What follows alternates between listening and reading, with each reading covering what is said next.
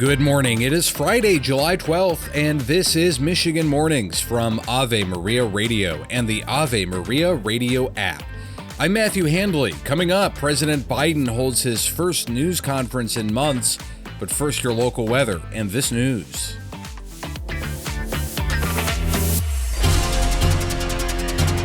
Detroit officials are addressing the block party issue in the city after 21 people were shot and 2 of them died over the weekend.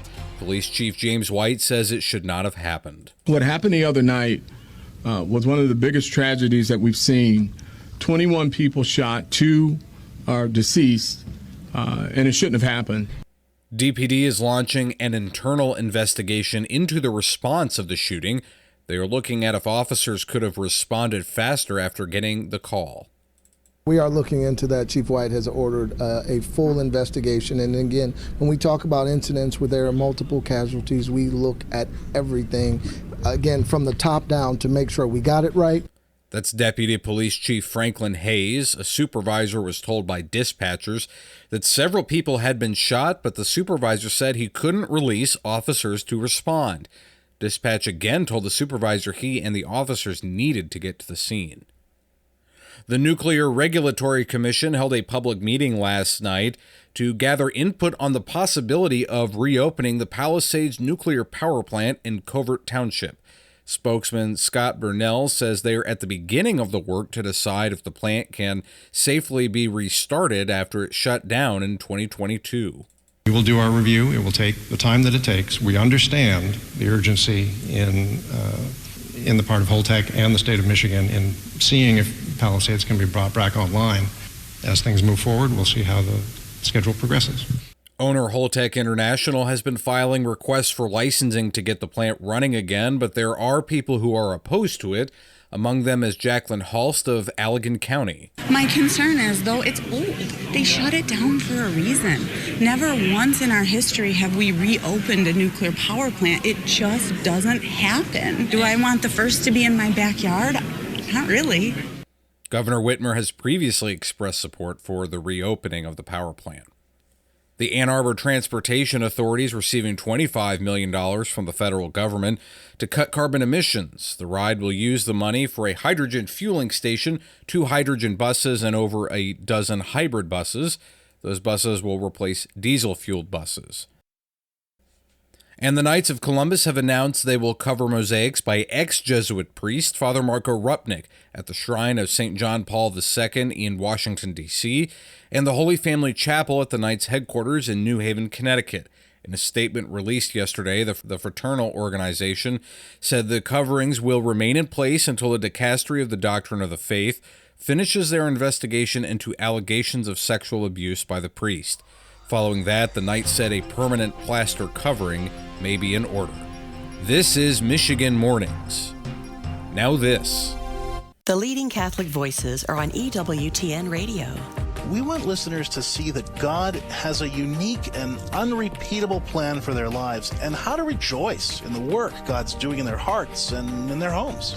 God wants to set us free to live more abundantly. More to Life explores what that really looks like, living it out in our everyday life and relationships. More to Life with Dr. Greg and Lisa Popchak.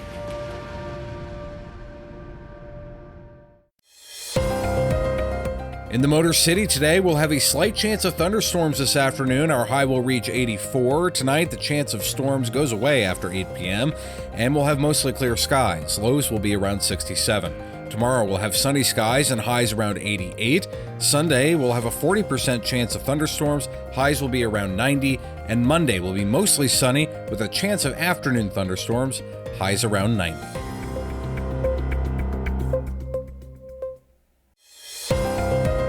In the Saginaw Valley today, we'll have a chance for some scattered showers. Highs will be around 83.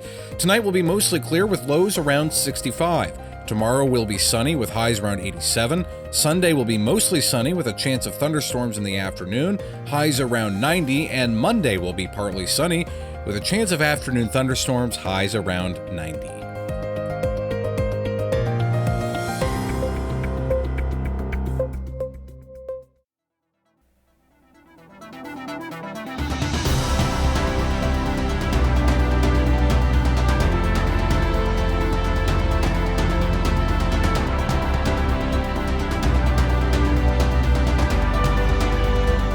Welcome back to Michigan Mornings. I'm Matthew Handley. President Biden held a solo news conference last night. His chance to fix some of the damage from last month's presidential debate. News Nation's Jenna Barnes has some highlights.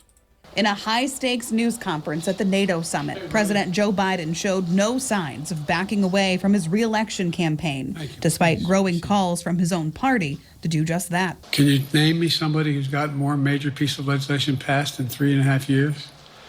I created 2,000 jobs just last week. The news conference wasn't free of gaffes. I wouldn't have picked Vice President Trump to be vice president, so I think she was not qualified to be president.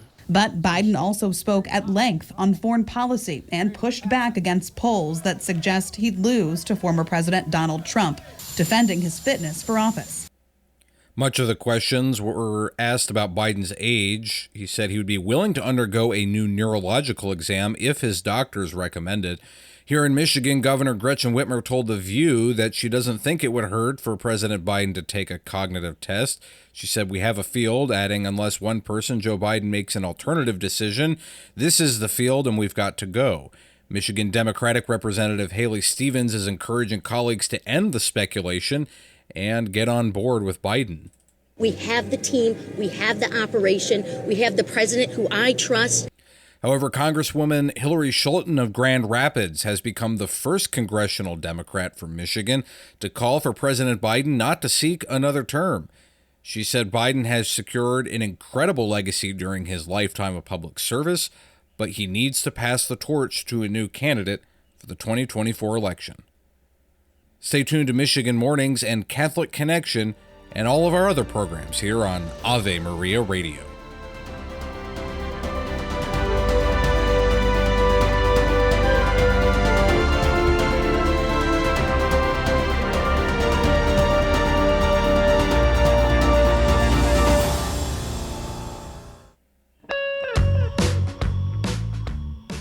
Pope St. Clement I says it is better for a man to confess his sins than to harden his heart. I'm Matthew Handley. That does it for this edition of Michigan Mornings. Thanks for joining me this week. You can stay connected with me over the weekend on X. I'm at Radio Handley, and Lord willing, I'll talk to you again on Monday. Until then, goodbye.